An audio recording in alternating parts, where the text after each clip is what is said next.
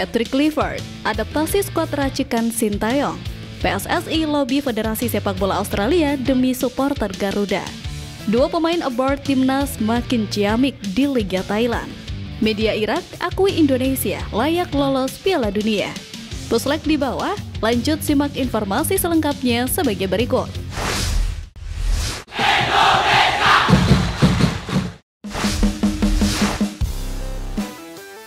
Dua pemain aboard timnas makin ciamik di Liga Thailand.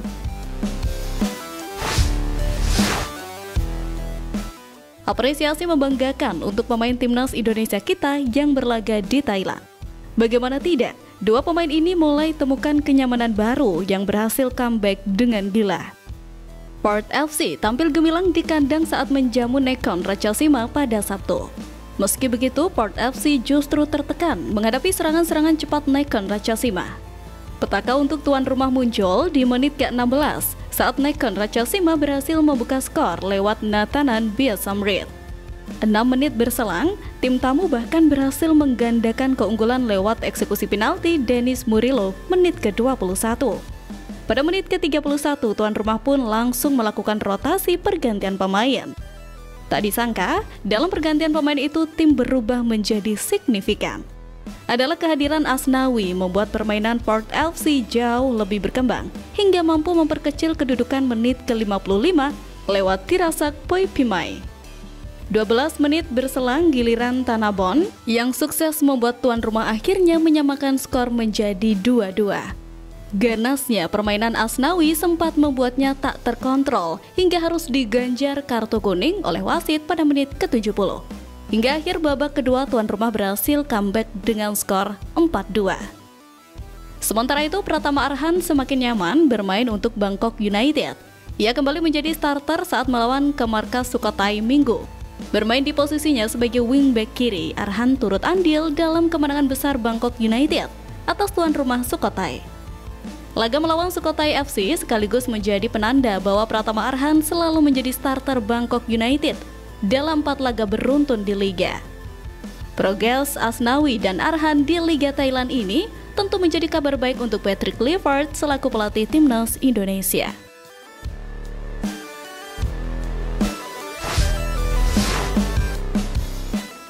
Media Irak akui Indonesia layak lolos Piala Dunia.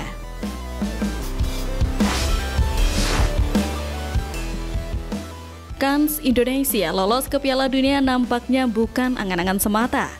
Tak hanya dari seluruh masyarakat Indonesia yang menjagokan timnasnya lolos, namun beberapa negara tetangga yang ikut berlaga juga turut mendukung skuad Garuda tampil di Piala Dunia.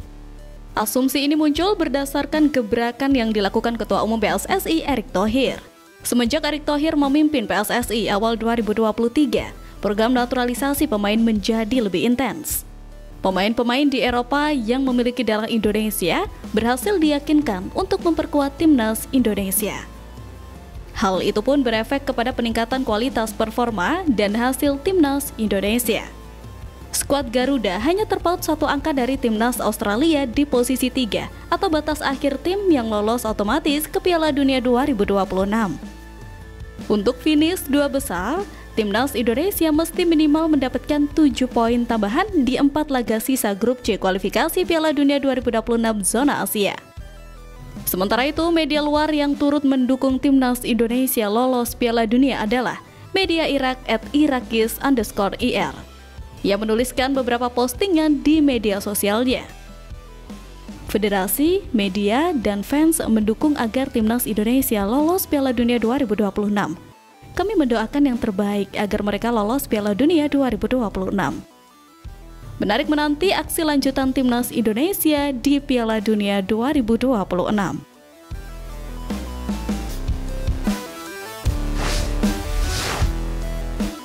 PSSI lobi Federasi Sepak Bola Australia demi supporter Garuda.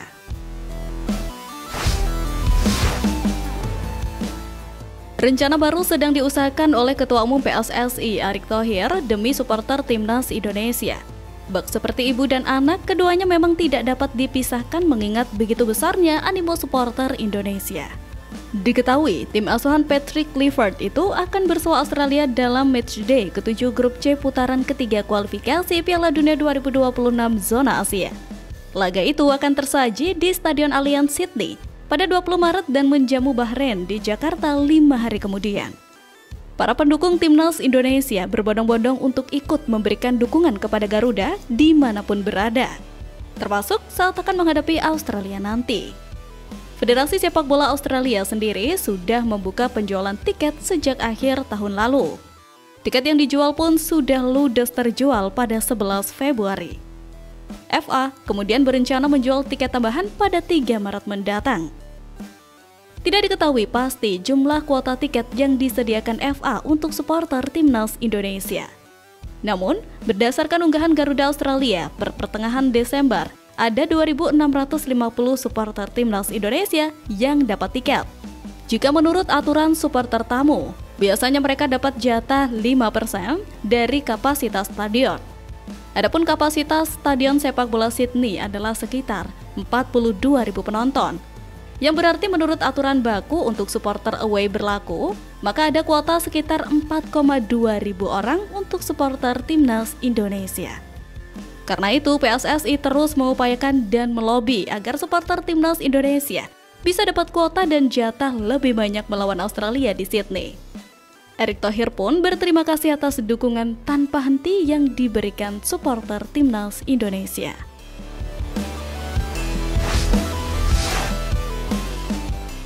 Patrick Clifford adaptasi skuad racikan Sintayong.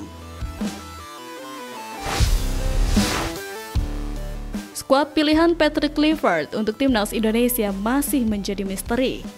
Kabar ini tentu ditunggu-tunggu pecinta sepak bola Indonesia. Para supporter pasti penasaran, apakah Patrick Clifford bakal merombak total skuad yang telah dibangun Sintayong?